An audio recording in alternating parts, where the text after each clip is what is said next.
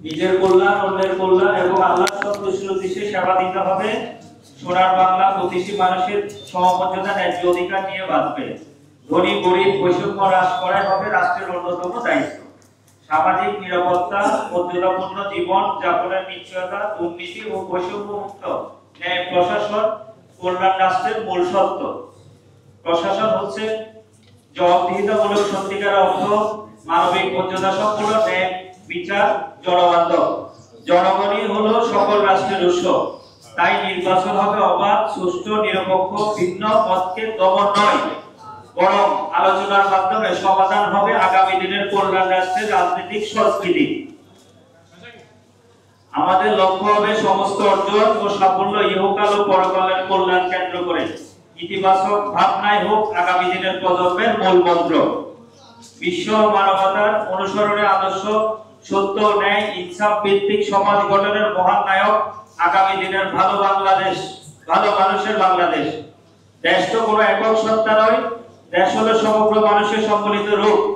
তাই সকলের উচিত দেশের স্বার্থে ইতিবাচক কথা না বলা, দেশ ও সমাজের প্রতি যত্নশীল হওয়া, নিজের কাজ নিজে সবচেয়ে ভালোভাবে করাই প্রকৃত দেশপ্রেম। পরম করুণায় আমাদের সুখী সমৃদ্ধ মানবিক আদর্শ দেশ গড়ার সহায়ক হোক। এই জুলাই শ্রমিক নিয়ে, এই জুলাই যোদ্ধাদের নিয়ে এই সরকার ডিরেল হয়ে গেছে। এখন পর্যন্ত আমরা কতজন অপ্রস্তুত হয়েছে সেটা আমরা পাইনি। এখন পর্যন্ত আমরা লিস্ট পাইনি কতজন যোদ্ধা শহীদ হয়েছে, কতজন আহত হয়েছে এবং কতজন যুদ্ধে ছিলেন, কতজন ঘরে ছিলেন, কতজন সাহায্য করেছে। আমরা সেই লিস্টটা এখনো পাইনি। 5 তারিখ গেল একটা স্বৈরাচার পতনের তারিখ, 8 তারিখ গেল শপথের তারিখ। সেই জন্য আমরা দেখিনি এখনো হাসপাতালে যারা আহত, সরকারের পক্ষ থেকে কেউ তাদেরকে দেখতে যায়নি। আমি কিভাবে সমাজের দিকে তাকাবো? আমি করি তাই এখনো করিনি। যেদিন করবো সেদিন আমি একমত হবো কিনা সিদ্ধান্ত নিব। গত জুলাইয়ে আমরা সবাই একসাথে ছিলাম। আমাদের একটা লক্ষ্য ছিল যে ফ্যাসিস্ট যে গভর্নমেন্ট তাকে ফেলে দেশে একটা সুশাসন নিশ্চিত করা। কিন্তু গত 1 বছরে আমরা দেখছি আমরা আবার হানাহানি আর বিভেদের রাজনীতিতে আবার ব্যাক করছি। আমাদের মূল লক্ষ্য ছিল যে দেশটাকে একটা সুশাসনের পথে এবং একটি সুসরকার গঠন করে গুড গভর্নেন্স দেওয়া। তো সেখানে যদি আমরা আসলে যেতে চাই, আমাদের এই মূল লক্ষ্য যেটা ছিল যে ফ্যাসিস্ট গভর্নমেন্ট যে 15 বছরের মনস্টারটা ক্রিয়েট করে রেখেছিল ওখান থেকে সরে আসা। আমরা কিন্তু নিজেদের বিভেদে আবার যেন এই ফ্যাসিস্ট লাস্ট ফ্যাসিস্ট গভর্নমেন্টের এবং তাদের দোসরদের সুযোগ না দিই সেটা আমাদের খেয়াল রাখতে হবে। আমরা গত 1 মাসে দেখেছি গণ অধিকার পরিষদের নুরুল হক নূর সাহেব এবং এরপরে জাকফার একাংশের সভাপতি লুৎফুর রহমান সাহেব এবং পরবর্তীতে আমার চেয়ারম্যান এনডিএম এর জননেতা ববি হাজরাজের উপরও কিন্তু হত্যার একটা প্রচেষ্টা হয়েছিল। এটা কিন্তু কন্টিনিউ হতে থাকবে। 71 সালে স্বাধীনতা রণাঙ্গনে যারা শহীদ হয়েছেন তাদের যদি সনদ দেওয়া হয়, তারা যদি সনদ অর্জন করতে হয়, তাহলে জুলাই 24 ছাত্র জনতা বিপ্লবের মাধ্যমে বৈষম্য মুক্ত দেশ গঠন হয়েছে, নতুন বাংলাদেশ গঠন হয়েছে, সুশাসন বাস্তবায়ন হয়েছে। সেই লক্ষ্যে ছাত্র জনতা যারা শহীদ হয়েছে তাদেরকে সনদ দেওয়া হবে না কেন? বর্তমান সরকারের কাছে আমার প্রশ্ন। এই সরকার ক্ষমতা আসার পরে একে একে বাংলাদেশের মানুষকে উদ্দীপনা করেছিলেন, সকল কিছু মেনটেন করবেন এই আশ্বাস দিয়েছিলেন। এই সরকার সকল বিষয় ব্যর্থ হয়েছে।